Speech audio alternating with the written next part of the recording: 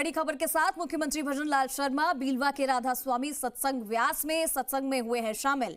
CM बनने के बाद पहली बार सत्संग सुनने आए हैं सीएम। यहां पर डेरा प्रमुख से भी मुलाकात उन्होंने की है, सत्संग के संतों से आशीर्वाद भी लिया है।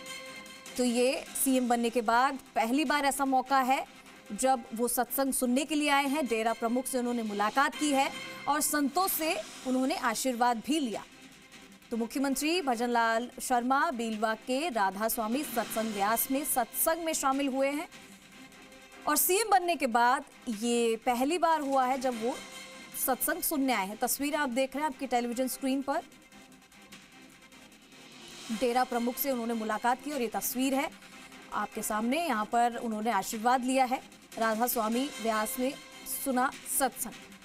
तो डेरा प्रमुख से मुलाकात कर आशीर्वाद लिया है और ये पहला मौका है जब मुख्यमंत्री पद संभालने के बाद सत्संग में वो शामिल हुए हैं। ये एक्सक्लूसिव तस्वीर है आपके टेलीविजन स्क्रीन पर। सत्संग व्यास में सत्संग में शामिल हुए हैं। यहाँ पर सीएम बनने के बाद पहली बार सीएम जो है सत्संग सुनने आए हैं। डेरा प्रमुख से उन्होंने मुलाकात की है और सभी संतों से उन्होंने आशीर्वाद भी लिया है। और ज्यादा जानकारी के लिए हमारे सहयोगी अनूप हमारे साथ जुड़ चुके हैं। उनका रुख करते हैं। अनूप, मुख्यमंत्री पद संभालने के बाद ये पहला मौका है। देखिए, दौरे तो इन्होंने खूब कर लिए, लेकिन ये पहला मौका है जब वो सत्संग सुनने के लिए पहुंचे हैं और सभी संतों का आशीर्वाद भी लिया है उन्होंने। जी हाँ, बिल्कुल। अब से कुछ ही देर पहले मुख्यमंत्री भजनलाल शर्मा हैं, वो बीलवा पहुंचे थे। राधा स्वामी सत्संग व्यास के अंदर वो पहुंचे। उनके साथ के अंदर जयपुर शहर सांसद रामचरण बोहरा भी मौजूद रहे और दोनों ही अंदर गए और अंदर व्यास पीठ के अंदर जो सत्संग कार्यक्रम चल रहा था उस सत्संग को उन्होंने वहां पर सुना और इसी के साथ ही जो संत हैं उनसे उन्होंने वहां पर आशीर्वाद लिया। निकलते समय बड़ी ही आत्मीयता से जो आमजन थे, जो प्रदेश और राजस्थान और अन्य प्रदेशों से जो लोग सत्संग में आए हुए थे, उनसे बड़ी ही आत्मीयता से वो मिलते हुए नजर आए। हालांकि वो गाड़ी के अंदर ही बैठे रहे, हाथ हिलाते रहे और जो आमजन था उनका अभिवादन स्वीकार करते रहे और इसके बाद में वो ओटीएच के लिए वहां से रवाना हो गए। जी अनूप, कितनी देर तक वो सीएम भजनलाल वहां पर रुके हुए थे?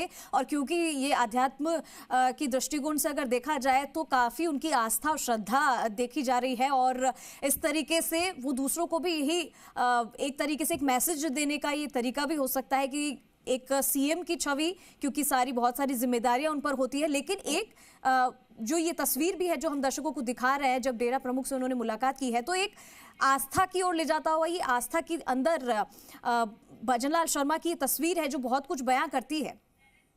जी हाँ, बिल्कुल। भजनलाल शर्मा इससे पहले भी राधा स्वामी सत्संग व्यास गए थे, मुख्यमंत्री बनने के पहले भी और अब मुख्यमंत्री बनने के बाद उनका यह सत्संग व्यास का पहला दौरा था। वहां पर उन्होंने जितने भी अनुयायी थे उनकी तरह वहां बैठ करके जो संत महात्मा थे जो उनके यहाँ पर बातें सुनी, उनकी कही हुई बातों पर उन्होंने चलने का निर्णय लिया और फिर उनसे उन्होंने मुलाकात करी और मुलाकात के बाद उन्होंने यही कहा कि संत महात्माओं से कि प्रदेश की उन्नति हो, तरक्की हो, देश की उन्नति हो।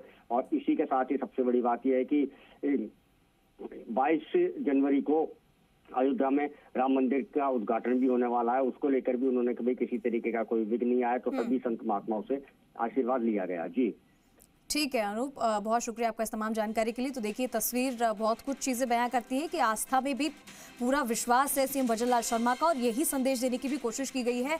भले ही वो अपने कार्यक्रम में व्यस्त रहते हों, बिजी रहते हों, उनका स्केड्यूल बहुत टाइट हो, लेकिन यहाँ पर एक तस्वीर निकलकर सामने आती है जब वो सत्संग में शामिल होते हैं और सभी संतों का आशीर्वाद भी लेते हैं।